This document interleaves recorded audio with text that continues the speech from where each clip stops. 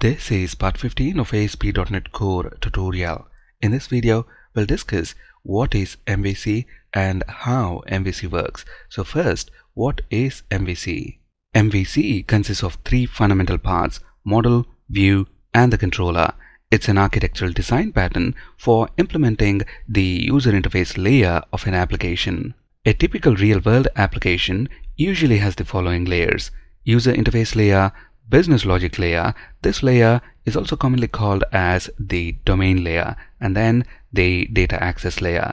MVC design pattern is used for implementing the user interface layer of the application. Now let's understand how MVC works with an example. Let's say we want to retrieve a specific employee details, that is an employee whose ID is 1, and then display those details on a web page in an HTML table, as you can see right here. So from our favorite browser, we issue a request, and the URL may look something like the following. Notice we have presumtech.com, which is our domain, and then we have /employee/details because we want to retrieve employee details, and then finally a value of 1, which in this case is the ID of the employee. When this request arrives at our server, it is the controller in the MVC design pattern that receives this request and handles it. The controller creates the model, and the model has the classes that describe the data. In addition to the data itself, model also contains the logic to retrieve data from the underlying data source, such as a database. In addition to creating the model, the controller also selects a view and then passes the model object to that view.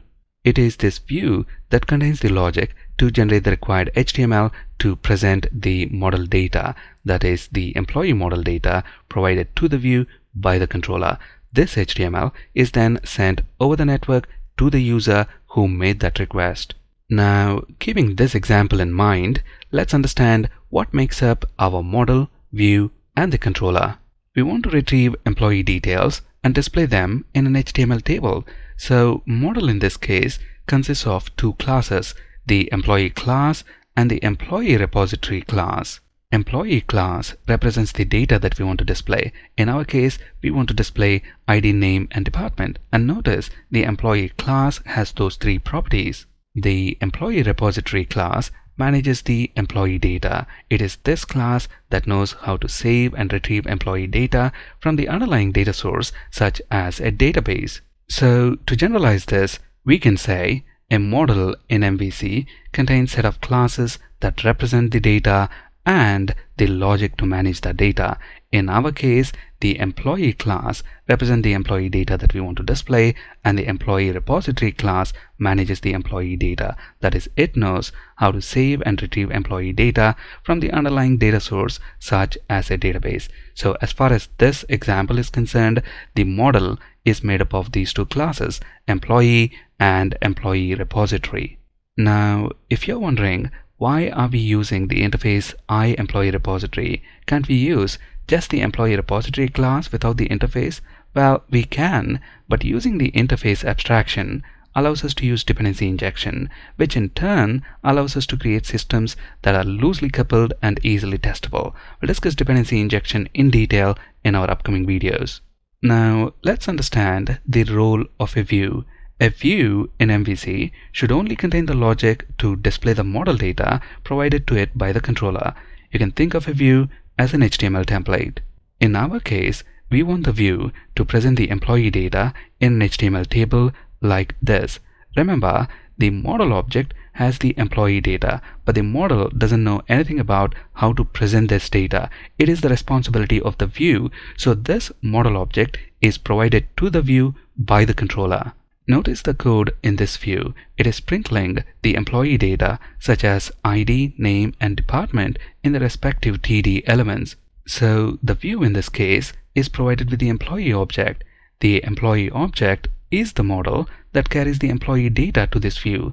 The only responsibility of this view is to present the employee data in an HTML table, which is exactly what this view is doing right now. In MVC, a view is only responsible for presenting the model data. There should be no complex logic in a view. To maintain a clear separation of concerns, the logic in a view must be very minimal, and that too, it must only be there for presenting the data. If you get to a point where the presentation logic in the view is getting too complicated, consider using a view model or a view component. View components are new in this version of MVC. We'll discuss view components in detail in our upcoming videos. Now, let's turn our attention to the controller. When a request from the browser arrives at our application, it is the controller in the MVC design pattern that handles the incoming HTTP request and responds to the user action. In this case, the user has issued a request to /employee/details/1. So this incoming URL is mapped to the details action method in the employee controller, passing it the ID of the employee, which in this case is 1. This mapping is done by routing rules defined in our application. We'll discuss routing in detail in our upcoming videos. As you can see from the code in this details action method, the controller builds the model. In this case, the model is the employee object. To retrieve the employee data from the underlying data source, the controller is making use of the employee repository class. Once the controller has constructed the employee model object with the required data, it then passes that employee model object to the view. The view then generates the required HTML to present the employee data provided to it by the controller. This HTML is then sent over the network to the user who made that request. If this is confusing at the moment, please don't worry. We'll bring all this to life by implementing models, views, and controllers for our application as we progress through this course, and at that point, it'll be much clearer. So to summarize, here are the key takeaway points. MVC is an architectural design pattern for implementing user interface layer of an application. Model is the set of classes that represent data and the logic to manage that data.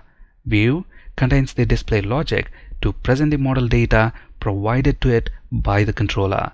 Controller handles the HTTP request, works with the model, and selects a view to render that model.